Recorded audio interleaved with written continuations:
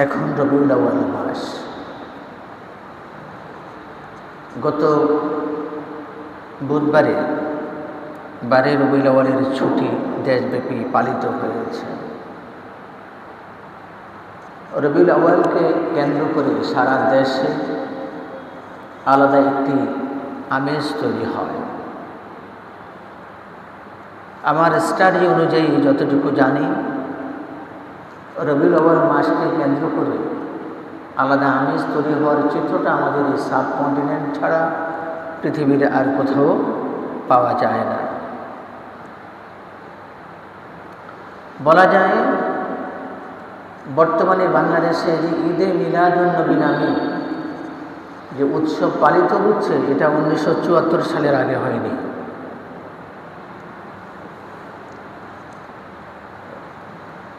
প্রশ্ন হতে পারে, তাহলে কি আমরা এই 2 বছর উদযাপন করব না? আমাদের এই আলোচনার যে কোনো এক প্রান্তে হয়তো আপনারা এক রেজাল্ট পেয়ে যাবেন যে আসলে 12 রবিউল আউয়াল উদযাপনের বিষয় কেনা।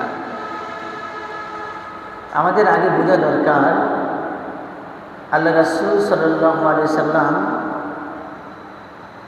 পৃথিবীতে এসেছেন। তিনি নিজে বলেন যে আনা বুইস্তু মুআল্লিমান, আমি তোমাদের জন্যে শিক্ষক হিসেবে প্রেরিত হয়েছি। আর আল কোরআনে বলা হয়েছে লাকাদ মান্নাল্লাহু আলাল মুমিনিনা ইয বাআসা ফীহিম রাসূলাম মিনহুম ইয়াতলু আলাইহিম আয়াতিহি ওয়া ইউযাক্কিহিম ওয়া ইউআল্লিমুহুমুল কিতাবা ওয়াল হিকমা। আর সূরা হজের মধ্যে বলা হয়েছে আল্লাযীনা ইম্মাক্কান্নাহুম ফিল আরদ আকামুস সালাতা ওয়া আতাউয যাকাতা ওয়া আমারু বিল মা'রুফি ওয়া নাহাউ আনিল মুনকার। রাসূল কারীম সাল্লাল্লাহু আলাইহি সাল্লামের জীবন আলেখ্যকে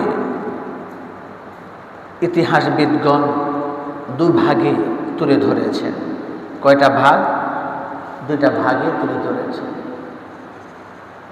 রাসূলের জীবন চরিত্র রাসূল কেন্দ্রিক, রাসূলের জীবন চিত্র কেন্দ্রিক আমাদের উম্মতের জন্য 2টা পাঠ। একটা হলো রাসূলের সূরত, আর একটা হচ্ছে রাসূলের সিরত। রাসূলের সূরত এটা প্রশংসনীয় দিক, আর রাসূলের সিরত এটা অনুসরণীয় এবং অনুকরণীয় দিক। কয়টা পাঠ বললাম? 2টা পাঠ। একটা হলো রাসূলের সূরত, এটা অত্যন্ত প্রশংসনীয়। আর একটা হলো রাসূলের সিরত, এটা উম্মতের জন্য অনুসরণীয় এবং অনুকরণীয়। আমাদেরকে আরও একটু যদি ক্লিয়ার করে আমরা বলি যে রাসূলের সূরত কি, রাসূল কেমন ছিলেন, তার ঘটনশৈলী কেমন ছিল, তার চোর কেমন ছিল, তার নাসিকা কেমন ছিল, তার চোর জোড়া দেখতে কেমন ছিল, তার দৈহিক গঠন কোন ধরনের ছিল, তিনি কেমন দেহের অধিকারী ছিলেন, তিনি কতটুকু ছিলেন লম্বা অথবা খাটো, তার চেহারার অবয়ব কেমন ছিল। এই জিনিসগুলো যদি আমরা ইতিহাস খুঁজে দেখতে পাই, তাহলে দেখি রাসূলের সূরত, রাসূলের আকৃতি ছিল অত্যন্ত প্রশংসনীয়, যার কোনো তুলনা হয় না, যার কোনো তুলনা হয় না। কোন এক কবি বলেছেন বাজাহির তো আদমি है नजर में, बाज़ाहिर तो आदमी है नजर में, हकीकत में खुदा जाने तो कौन है, हकीकत में खुदा जाने तो कौन है। কবি যথাযথই বলেছেন যে বাज़ाहिर तो आदमी है नजर में, हकीकत में खुदा जाने तो कौन है। যে রাসূল করিম সাল্লাল্লাহু আলাইহি সাল্লামের চেহারা, তার মাসিকা, তার মাথা, চার চোখ জোড়া, তার দেহের অবয়ব গঠন শৈলী দেখতে মানুষের মতোই দেখা যায়। বাজাহির তু আদমি হ্যায় নজর মে, কিন্তু তার এত সুন্দর শৈলী, এত সুন্দর গঠন প্রণালী, এত সুন্দর চিত্র, হাকিকত মে খুদা জানে তু কোন হ্যায়, আসলে বাস্তব চিত্রটা আসলে কি, এটা কোন ধরনের সত্তা, এটা আল্লাহ তাআলাই ভালো জানেন। এই জন্য রাসূলের জীবনের চিত্র কয়টা? দুইটা, একটা হলো সূরত আর একটা হলো সিরত। সূরত মানে আকৃতি, রাসূলের গঠন শৈলী, রাসূল দেখতে কেমন, রাসূলের সৌন্দর্যতা কেমন, রাসূলের সব শারীরিক গঠন কোন ধরনের, এটা একটা বিষয়, এটা প্রশংসনীয় দিক। রাসূলের সূরত কি? প্রশংসনীয় দিক। আর রাসূলের সিরত, সিরত মানে আখলাক, সিরত মানে চরিত্র, সিরত মানে রাসূলের জীবন আলেখ্য, সিরত মানে রাসূলের কর্ম, সিরত মানে রাসূলের আদর্শ, সিরত মানে রাসূলুল্লাহ সাল্লাল্লাহু আলাইহি ওয়াসাল্লামের যে মহান জীবনাদর্শ, সেটা হলো সিরত। রাসূল উম্মতের জন্য যা করেছে, মানুষের জন্য যা রেখে গেছে, কর্ম হিসাবে, আদর্শ হিসাবে, পন্থা হিসাবে, পদ্ধতি হিসাবে, মডেল হিসাবে যা রেখে গেছেন, সেটা হলো কি? সিরত। তাহলে আমাদের করণীয় কি? বছরে একদিন 12 রবিউল আউয়াল গরু মুরগি জবাই করে ভালো কিছু খাওয়া, রাসূলের শানে মিছিল দেওয়া, এগুলো কি উম্মতের কাজ? এগুলো কাজ না। ইতিহাসবেত্তাগণ রাসূলের জন্ম তারিখ নিয়ে বিভিন্ন মত প্রকাশ করে থাকলেও, কিন্তু রাসূল করিম সাল্লাল্লাহু আলাইহি ওয়াসাল্লাম যে দুনিয়া থেকে 12 রবিউল আউয়াল বিদায় নিয়েছেন, এক্ষেত্রে কারো দ্বিমত নাই। জন্ম তারিখের ক্ষেত্রে বিভিন্ন ইতিহাসবেত্তাগণ বিভিন্ন তারিখ, কেউ বলেছেন 7 রবিউল আউয়াল, কেউ বলেছেন 9 রবিউল আউয়াল, কেউ বলেছেন 11 তারিখ, কেউ বলেছেন 12 তারিখ। তবে সর্বাধিক মতামত পাওয়া যায় 12 তারিখের ক্ষেত্রে। কিন্তু রাসূলের ইন্তেকাল যে হয়েছে 12 তারিখ, এক্ষেত্রে কারো দ্বিমত পাওয়া যায় না। তাহলে আসুন, যে রাসূলের ইন্তেকাল দিবস 12 তারিখে, এক্ষেত্রে কারো কোনো দ্বিমত নেই। রাসূলের ইন্তেকাল দিবস 12 রবিউল আউয়াল। আর রাসূলের জন্ম তারিখ নিয়ে যদিও বিভিন্ন মত পাওয়া যায়, ভিন্ন ভিন্ন মত পাওয়া যায়, এক্ষেত্রে সর্বাধিক মতামতের ক্ষেত্রে কেউ কেউ বলেছেন যে 12 রবিউল আউয়াল। আমরা যদি রাসূলের মৃত্যু তারিখ, ইন্তেকাল দিবস এবং জন্ম তারিখ দুইটাই 12 রবিউল আউয়াল ধরি, জন্ম তারিখ আমাদের দেশে যারা পালন করে, নিজের জন্ম তারিখ হোক, আত্মীয় স্বজনের জন্ম তারিখ হোক, অথবা নিজের সন্তানের জন্ম তারিখ হোক, যারা পালন করে, জন্ম তারিখ পালন করার বিধান আসলে ইসলামে আছে কিনা? জন্ম তারিখ তো পালন করা হয় না, সাধারণত জন্মদিন বলা হয়। কি বলা হয়? বার্থডে, জন্মদিন বলা হয়। তাহলে আসুন, যদি কোনো মানুষ জন্মদিন পালন করার বিধান এক কথায়, ইসলামের জন্মদিন পালন করার কোনো বিধান ইসলামে নাই। কোনো সাহাবী, কোনো নবী, আল্লাহ রাসূলের কোনো মহব্বতের মানুষ কখনো কোনো জন্মদিন পালন করেননি। তো এক্ষেত্রে আমরা প্রাথমিক কথা বলবো যে জন্মদিন পালন করার ইতিহাস ইসলামের ইতিহাসে কোনো নবী, রাসূল, সাহাবীদের, কোনো ইমামদের জীবনীতে সেটা পাওয়া যায় না। সুতরাং আমরা যদি ইসলামের লোক হয়ে থাকি, প্রথম কথা। 2 নম্বর কথা, আমরা যদি মুসলিম হয়ে থাকি। 3 নম্বর কথা, আমি যদি নবী মুহাম্মদ রাসূলুল্লাহ সাল্লাল্লাহু আলাইহি সাল্লামের উম্মত হয়ে থাকি এবং নবী মুহাম্মদ রাসূলুল্লাহ সাল্লাল্লাহু আলাইহি সাল্লামকে আখিরি নবী হিসাবে যদি ঈমান গ্রহণ করে থাকি, তাহলে অন্তত আমার জন্য জন্মদিন পালন করার কোনো বিধান নাই এবং এটা জায়েজ নাই। তবে যারা জন্মদিন পালন করে তাদের জন্য আমার একটা প্রশ্ন। কি প্রশ্ন? মনে করেন কারো সন্তান জন্ম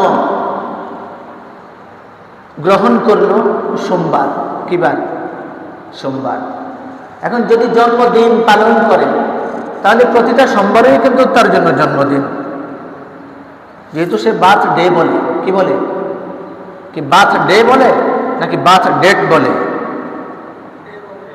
বলেন না, বার্থডে নাকি বার্থ ডেট? যদি আসেন, যদি বার্থডে পালন করে কেউ, জন্মদিন পালন করে কেউ, এবং কারো সন্তান যদি সোমবারে জন্মগ্রহণ করে, তো তার জীবনে যত সোমবার আসবে প্রত্যেকটাই তার জন্মদিন, বার্থডে। তাহলে প্রতি সোমবারেই তার জন্য তারা যেভাবে যে সিস্টেমে জন্মদিন পালন করে, কেক কাটে, আরও কত কিছুর আয়োজন করে, তাহলে প্রতি সোমবারে তার এই আয়োজন করতে হয়। যদি কারো সন্তান 4টা থাকে, মনে করেন একটা জন্মগ্রহণ করলো সোমবার, আরেকটা মঙ্গলবার, আরেকটা বৃহস্পতিবার, আরেকটা শনিবার, তাহলে দেখা যাবে প্রতি সপ্তাহে 4 দিনে তাদের বাসায় জন্মদিনের আয়োজন করতে হয়। রাইট? কথা কি বুঝতে পেরেছেন? তাহলে আসেন, এই জন্মদিন পালন করা, বার্থডে পালন করা, এই সংস্কৃতি প্রথম কথা ইসলামের ইতিহাসে কোন নবী, রাসূল, সাহাবী, তাবেঈ, আইম্মায়ে মুজতাহিদিন, সলফে সালিহিন কারো জীবনেই নাই। আসুন, যদি বার্থডে পালন করে যে না প্রতি সপ্তাহে কি এভাবে জন্মদিন পালন করা সম্ভব, ঠিক আছে। কারো সন্তানের জন্ম তারিখ যদি 1 তারিখ হয় অথবা 2 তারিখ হয়, তাহলে প্রতি মাসেরই 1 তারিখ বা 2 তারিখ তাকে জন্মদিন পালন করতে হবে।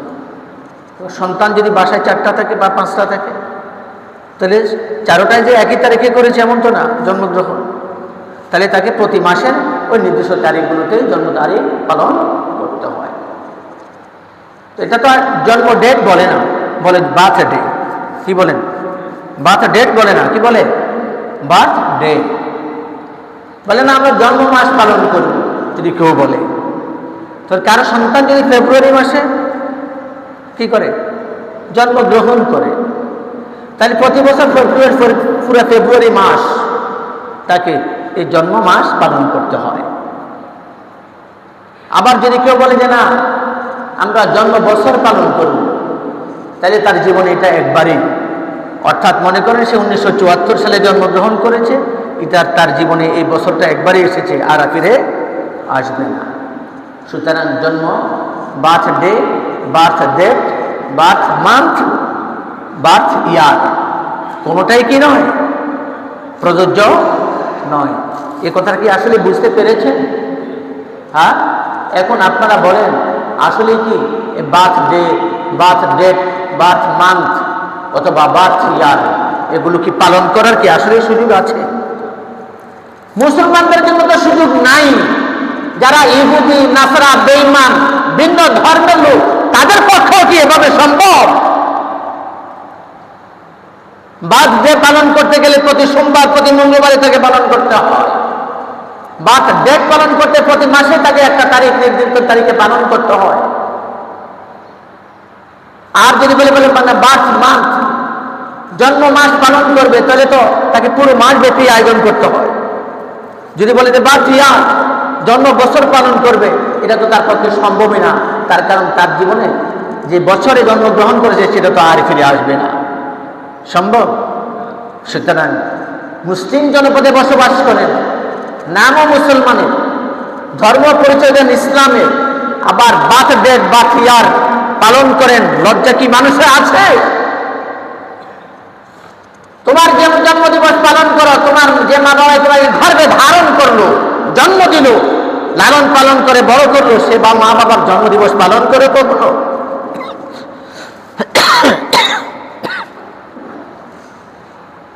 দাদা দাদির জন্মদিবস কোথায়?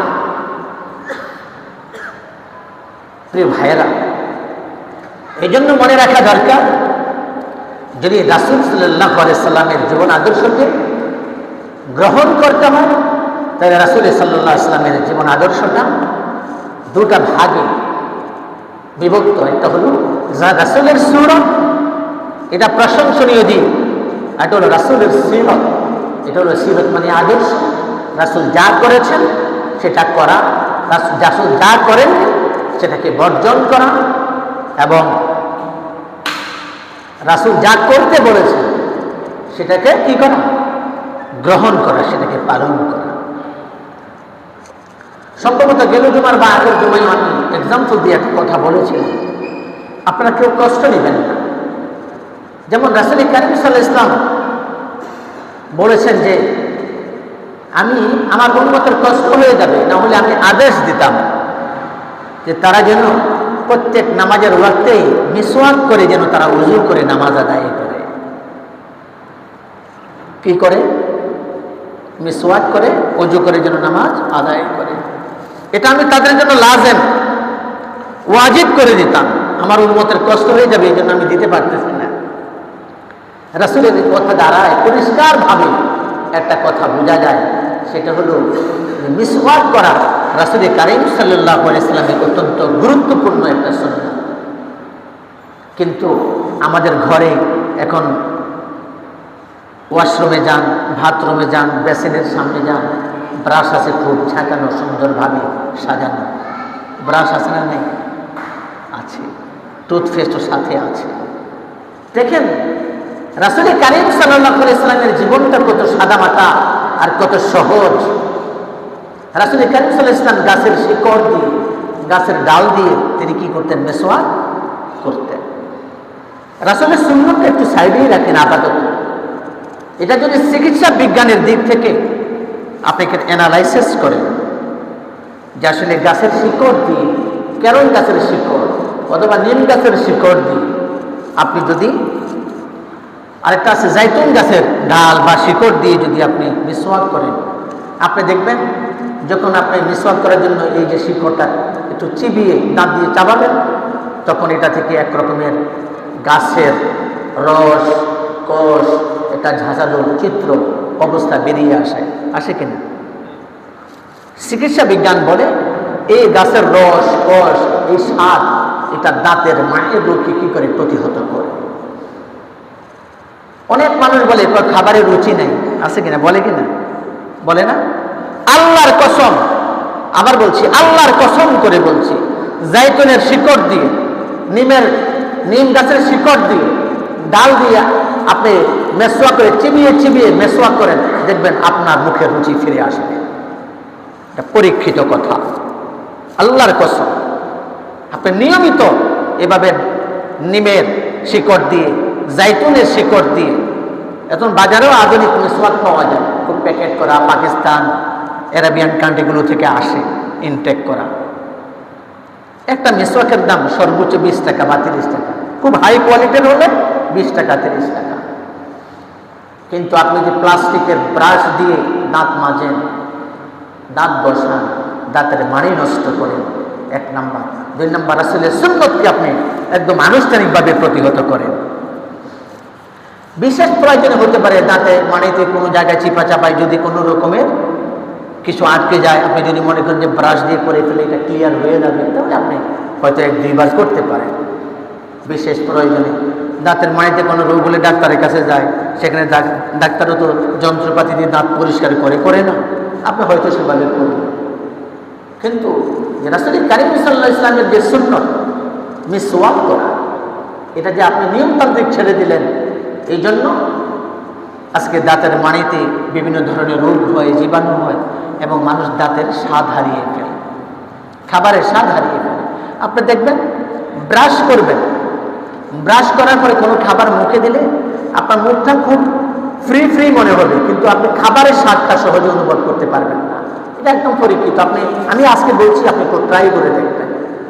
আর জাইতুনের শিকড় দিয়ে অথবা নিম গাছের শিকড় দিয়ে যদি এটাও না পান, আমাদের এলাকায় বলে বাইট গাছ, আপনাদের এলাকায় কি গাছ বলে আমি জানি না, ছোট গাছ রাস্তার ধারে ধারে হয়, কালো ধরনের, আমরা বলি বাইট গাছ। এটার শিকড়টাও অনেক উপকারী। যদি এগুলো দিয়ে আপনি নিয়মিত ব্রাশ করেন, মেসওয়াক করেন, তাহলে 5 ওয়াক্ত মিসওয়াক করলে আল্লাহ রাসূলের যে তাগিদ, যা উম্মতের কষ্ট হবে, এই কারণে আমি নির্দেশ দিচ্ছি না, হলে আমি ওয়াজিব করে দিতাম যে তোমরা 5 ওয়াক্ত সালাত মিসওয়াক করে ওযু করে আদায় করো। উম্মতের কষ্ট হবে, এই জন্য আমি নির্দেশ দিচ্ছি না। এটা এত অতি জরুরি। এটা স্বাস্থ্য বিজ্ঞানে অনেক ডাক্তাররা এগুলো অ্যানালাইসিস করেছেন। আমি আপনাদের সামনে যে কথাগুলো বললাম, এগুলো আসলে একান্ত চিকিৎসা বিজ্ঞানের কথা। বাড়ানো কোনো কথা না।